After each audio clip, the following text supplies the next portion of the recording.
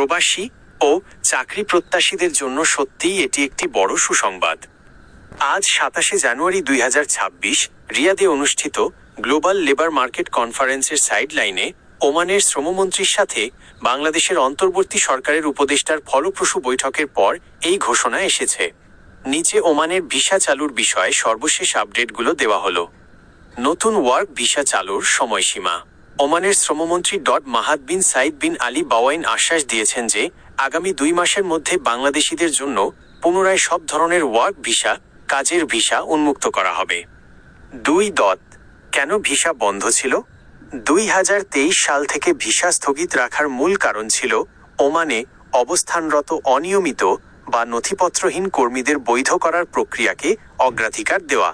Oman সরকার জানিয়েছে তারা এখন এই প্রক্রিয়া গুছিয়ে এনেছে, তাই নতুন কর্মী নেওয়ার পথ আবার খুলছে। 3. দক্ষ কর্মীদের জন্য বিশেষ সুযোগ। বর্তমানে ওমান সরকার সাধারণ শ্রমিকের পাশাপাশি উচ্চ দক্ষতা সম্পন্ন পেশাজীবীদের গুরুত্ব দিচ্ছে। এর মধ্যে রয়েছে চিকিৎসক ও নার্স, প্রকৌশলী, শিক্ষক, হিসাবরক্ষক, অ্যাকাউন্টেন্ট। 4. বর্তমান সুযোগ ও নিয়ম। জরিমানা ছাড়াই বৈধ হওয়া। যেসব বাংলাদেশি বর্তমানে ওমানে অবৈধভাবে আছেন তাদের কোনো জরিমানা ছাড়াই বৈধ হওয়ার সুযোগ দিচ্ছে ওমান সরকার। 12টি ক্যাটাগরিতে শিথিলতা, এর মধ্যেই family visa, visitor visa, GCC প্রবাসীদের জন্য এবং বিনিয়োগকারী ভিসা সহ মোট 12টি ক্যাটাগরিতে বিধিনিষেধ শিথিল করা হয়েছে।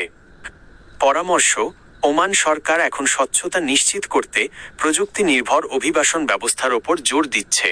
তাই ভিসা চালুর প্রক্রিয়া শুরু হলে অবশ্যই সরকার অনুমোদিত রিক্রুটিং এজেন্সির মাধ্যমে অগ্রসর হওয়া ভালো। আপনি কি ওমানের ভিসা আবেদনের জন্য প্রয়োজনীয় কাগজপত্র বা অন্য কোনো নির্দিষ্ট তথ্য জানতে চান?